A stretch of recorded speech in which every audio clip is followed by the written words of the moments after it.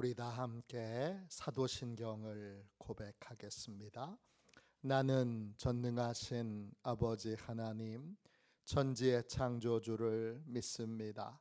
나는 그의 유일하신 아들 우리 주 예수 그리스도를 믿습니다.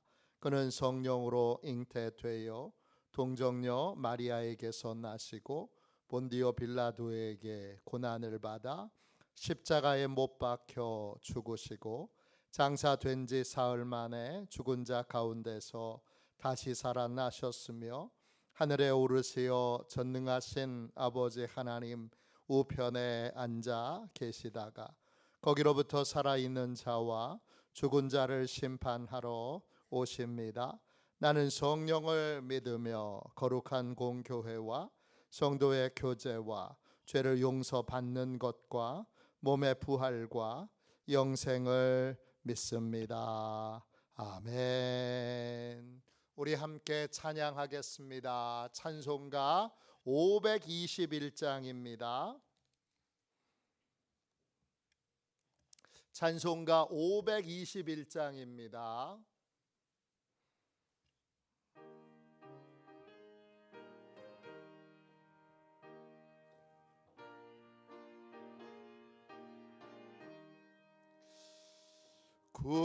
구원으로 인도하는 그 문은 참 좁으며 생명으로 인도하는 그 길은 참 험하네. 우리 몸에 지워 있는 그 더러운 죄짐을 하나 없이 벗어놓고 힘써서 들어갑시다. 구원으로 인도하는 그 좁은 문 들어가 영생으로 인도하는 그 생명길 갑시다.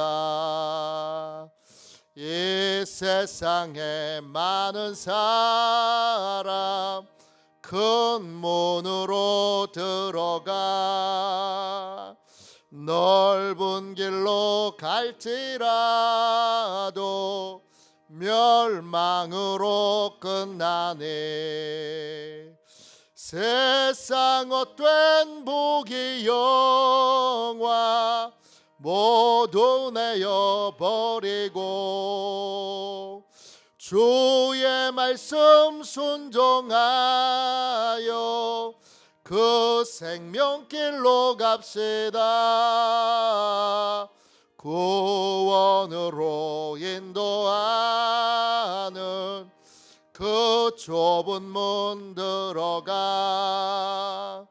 영생으로 인도하는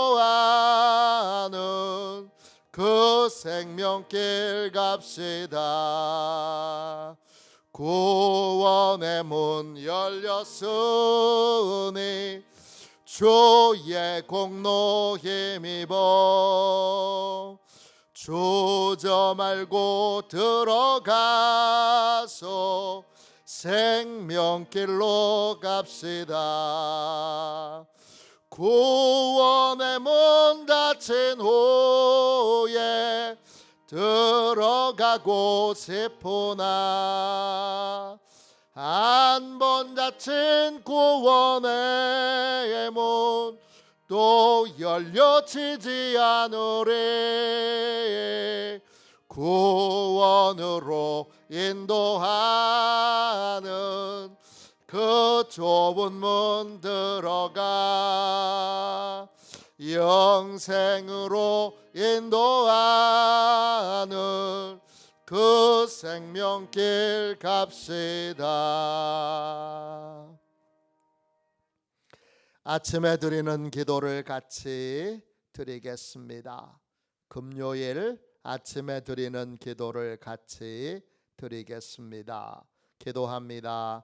주님, 제 영혼이 잠잠히 주님만 기다립니다. 나의 구원은 오직 주님에게서 나오기 때문입니다. 자비로운 주님, 이 시간 제게 임재해 주셔서 제 마음에 기쁨과 평안을 가득 부어주시고 제 모든 길을 인도하셔서 오늘 하루의 시간이 주님의 사명을 이루는 복된 날이 되길 원합니다. 예수 그리스도의 이름으로 기도합니다. 아멘. 하나님 말씀을 같이 보겠습니다. 시편 37편 5절 6절입니다.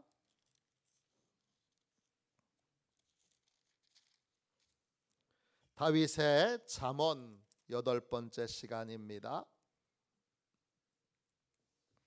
구약성경책 828쪽입니다.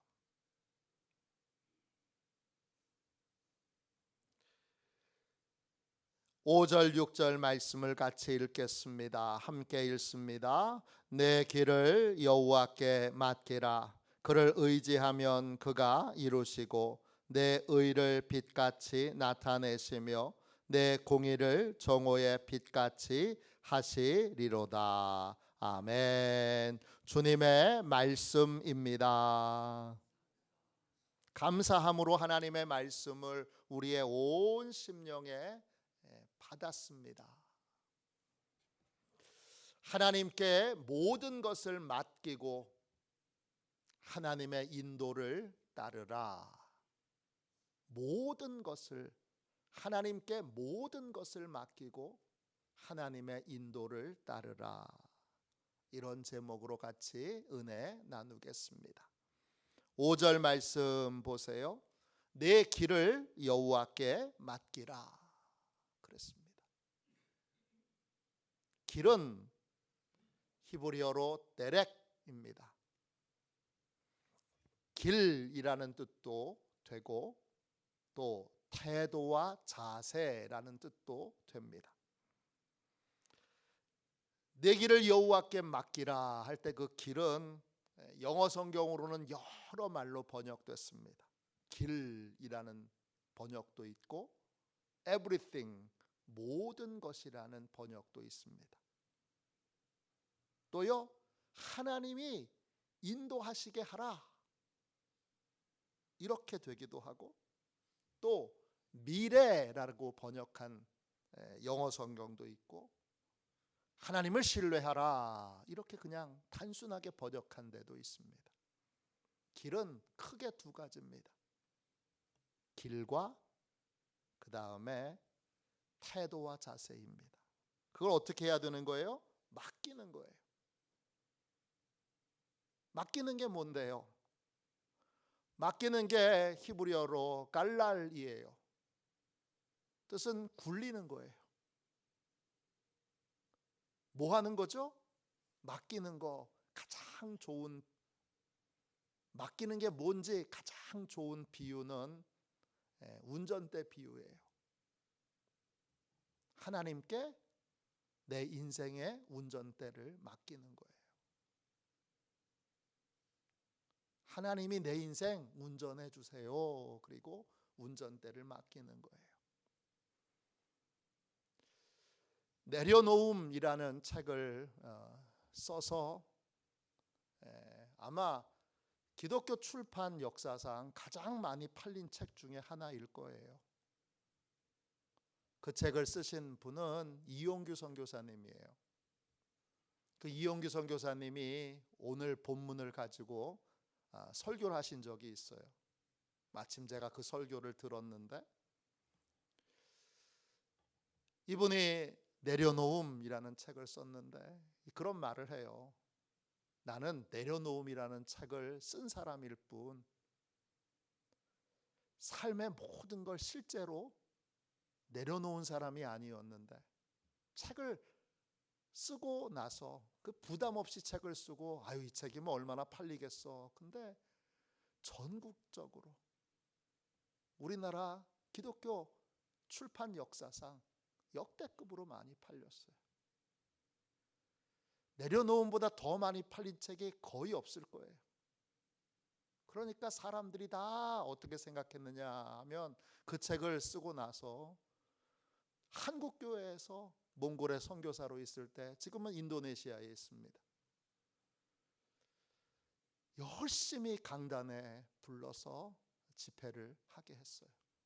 그리고는 사람들이 어떻게 생각했느냐 하면 그분을 내려놓음이라는 책을 쓰신 분으로 생각하지 않고 내려놓은 삶을 사는 분으로 그렇게 생각하게 되고, 그렇게 기대하게 되고, 그렇게 관찰하게 되면서 사람들이 다 관심을 가졌어요. 내려놓은 사람은 옷을 못 입나?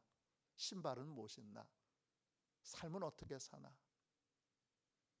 우리나라에 있는 모든 사람들이 그 이용규 선교사님을 내려놓은 사람으로 여기게 됐고, 그래서 자연스럽게 이분이 그 책을 쓴 이후로는 실제로 내려놓은 삶을 계속 억지로라도 끌려다니면서 살아갈 수밖에 없게 됐어요.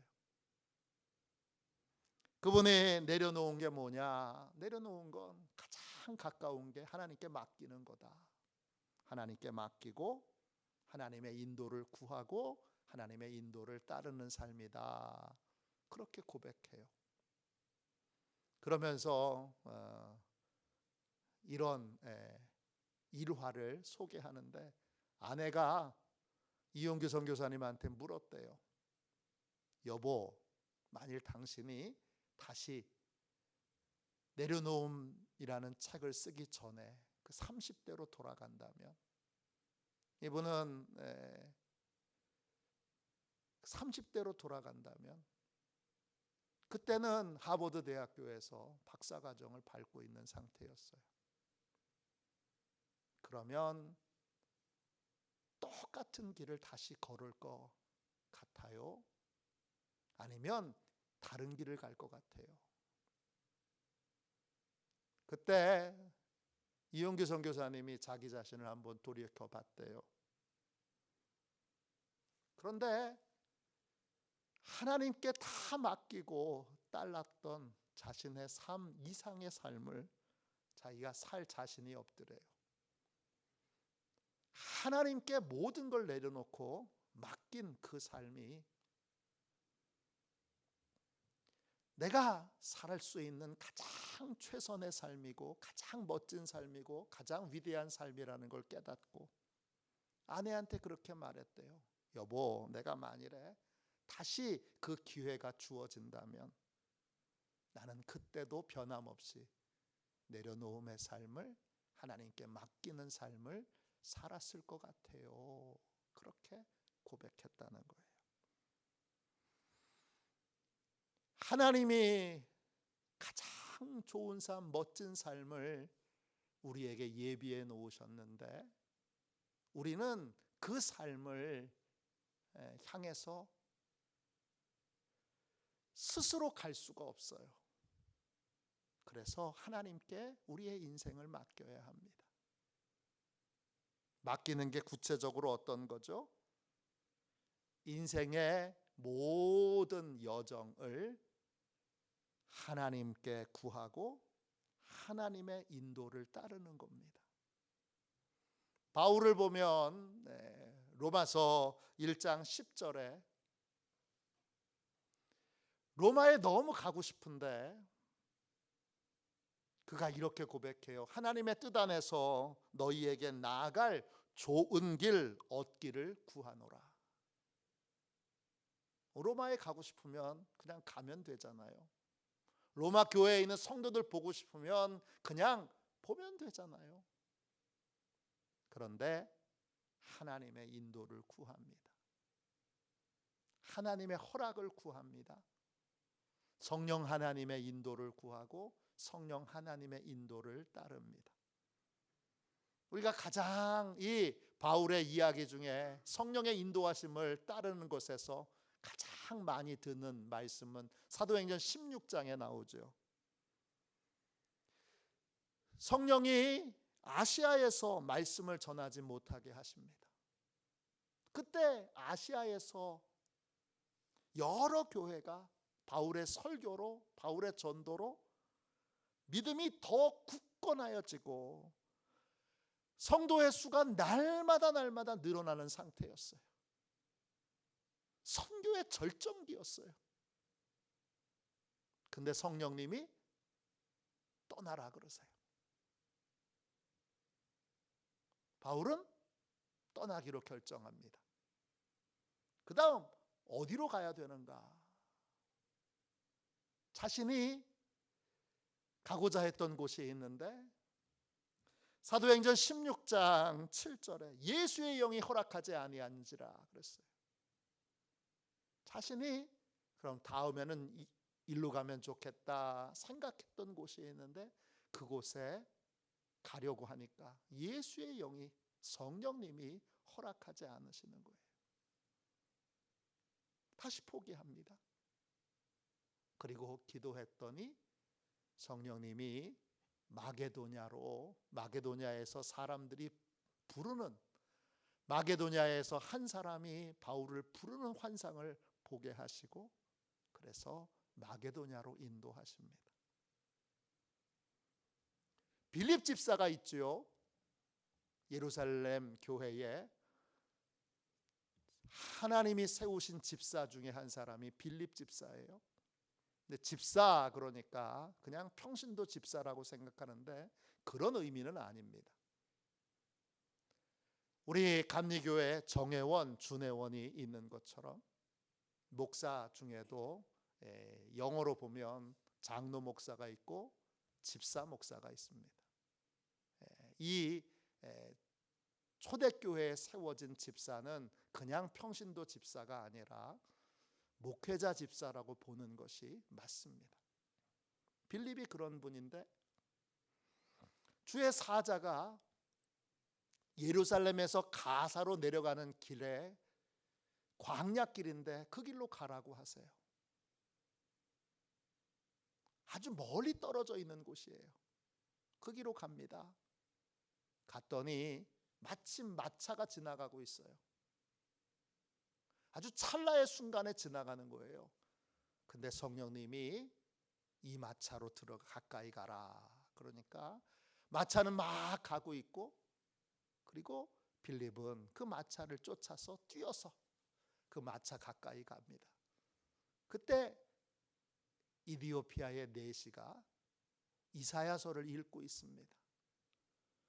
그래서 대화를 나누다가 그 마차에 오르게 되고 복음을 전하게 되고 또 세례를 주게 됩니다.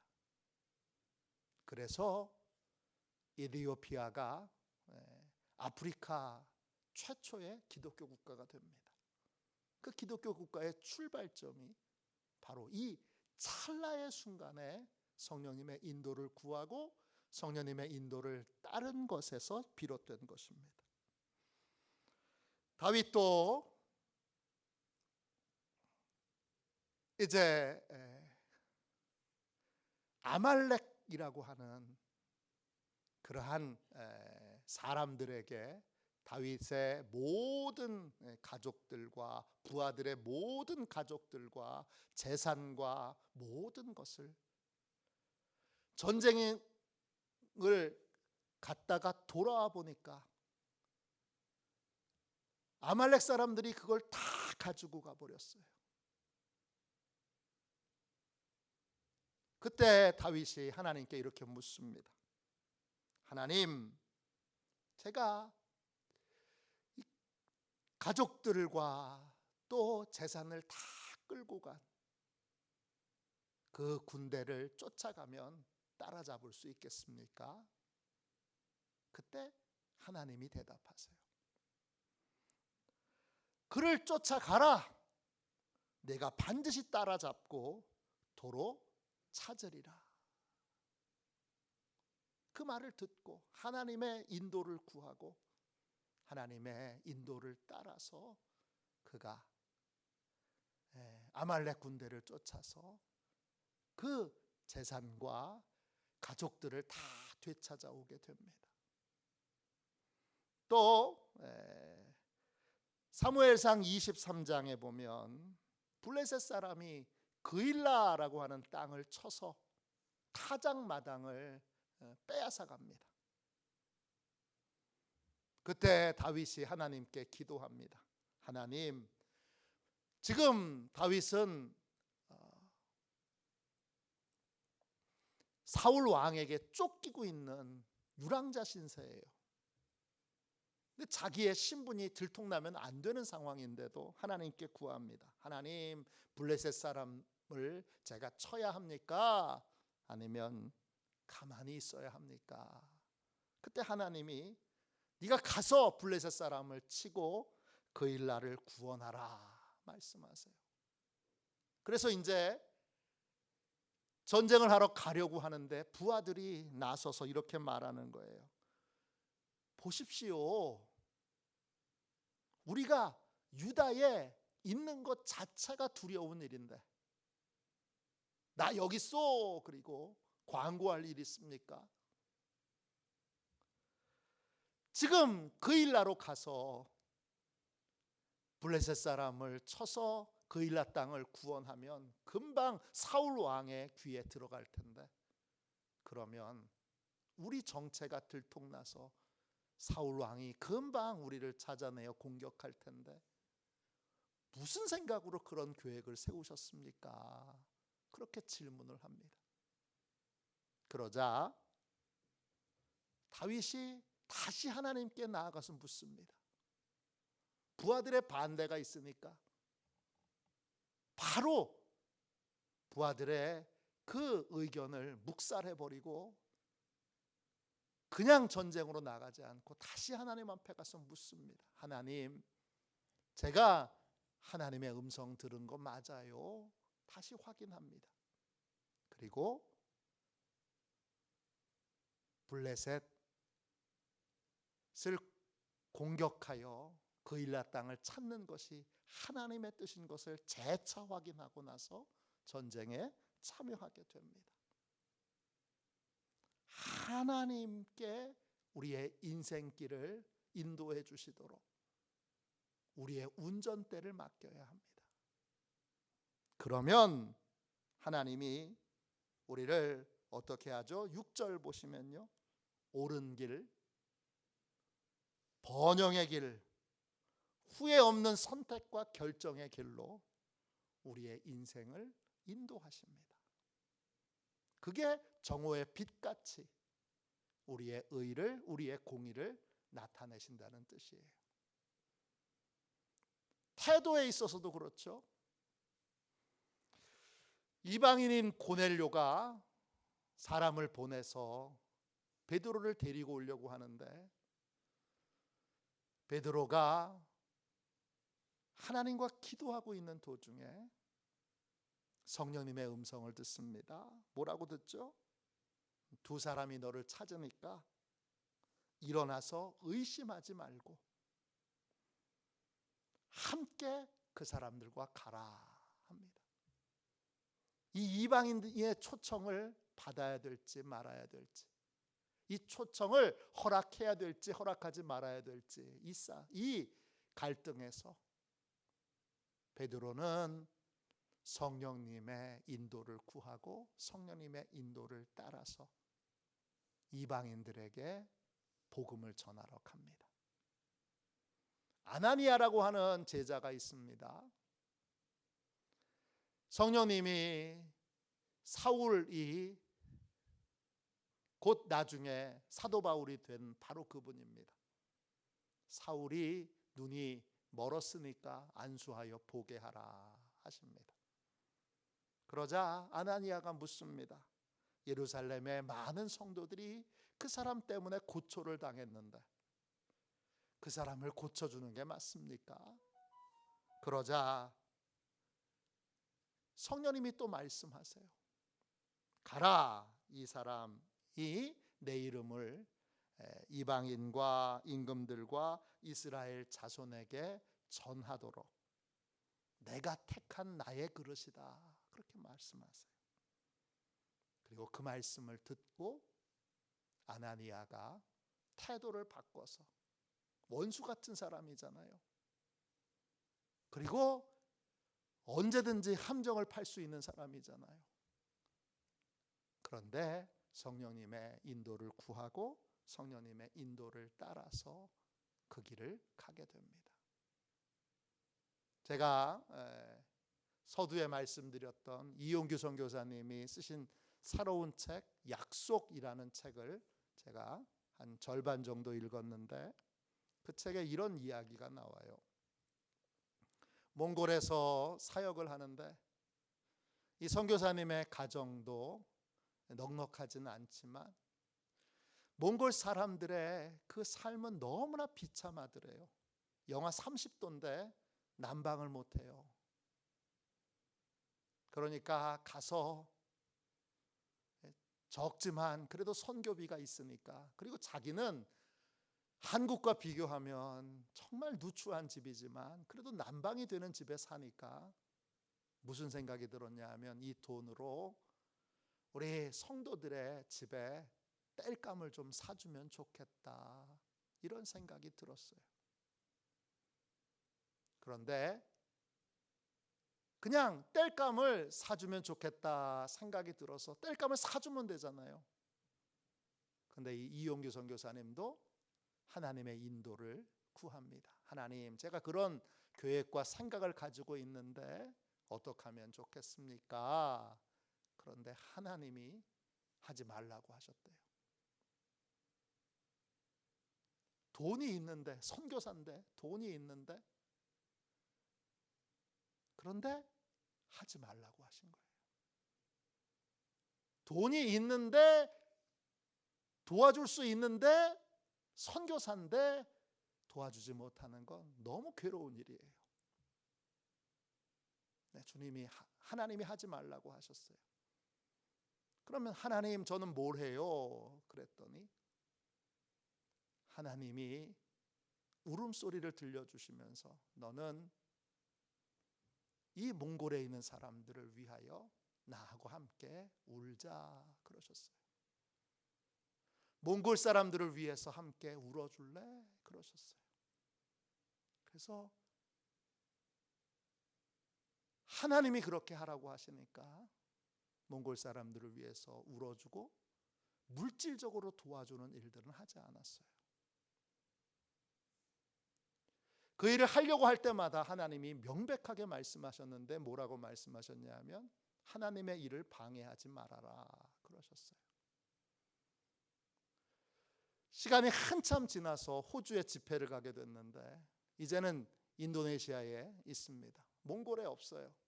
근데 인도네시아 교회에서 집회를 하는데 몽골에서 사역할 때 있었던 청년들이 연락을 해왔다는 거예요. 세 청년이 연락을 해왔는데 한 청년은 거기서 선교사님하고 결혼해서 선교 훈련을 받고 있고, 두 사람은 그 호주에 있는 대학에서 박사과정을 밟고 있더래요. 그리고는 그들을 만나서 그들을 통해서 그 몽골에 같이 함께 사역했던 수많은 젊은이들이 얼마나 큰 하나님의 복을 받았는지를 소개하고 설명하는 시간을 들었다는 거예요. 하나님이 왜 물질을 가지고 있는데 쓰지 못하게 하실까요? 결핍, 그들에게 결핍의 시간이 필요했기 때문이에요.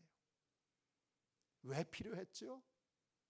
결핍이 있을 때에만 하나님을 찾고 하나님께 구하고,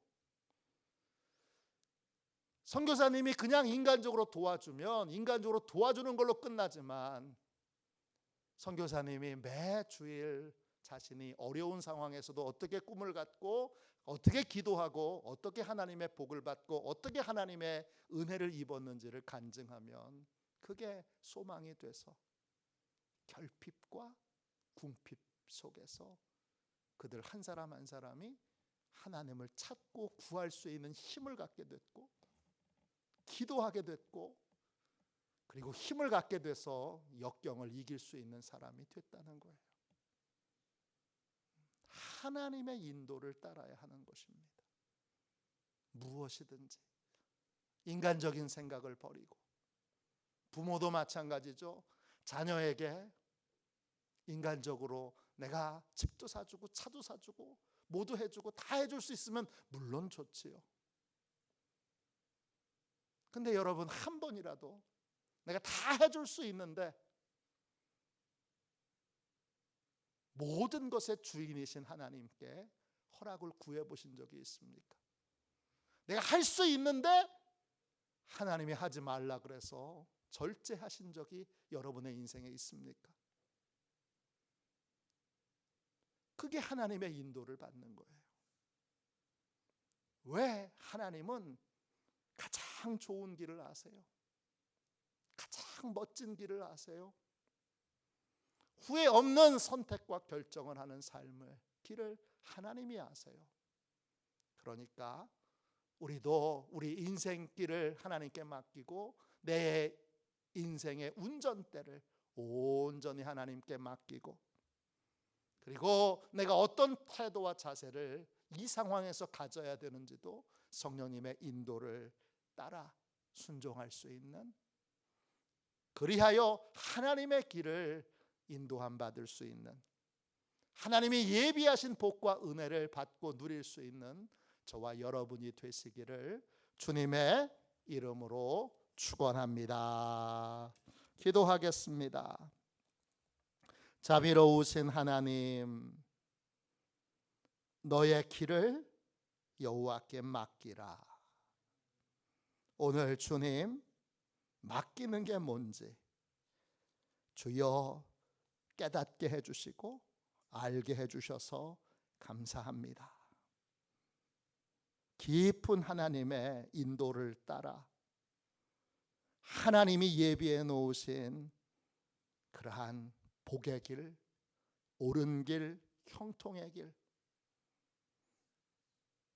또 평안과 축복의 길로 주여 저희의 길을 인도함 받기 원합니다. 내 생각, 내 방법, 내 걱정, 내 염려를 내려놓게 하여 주시고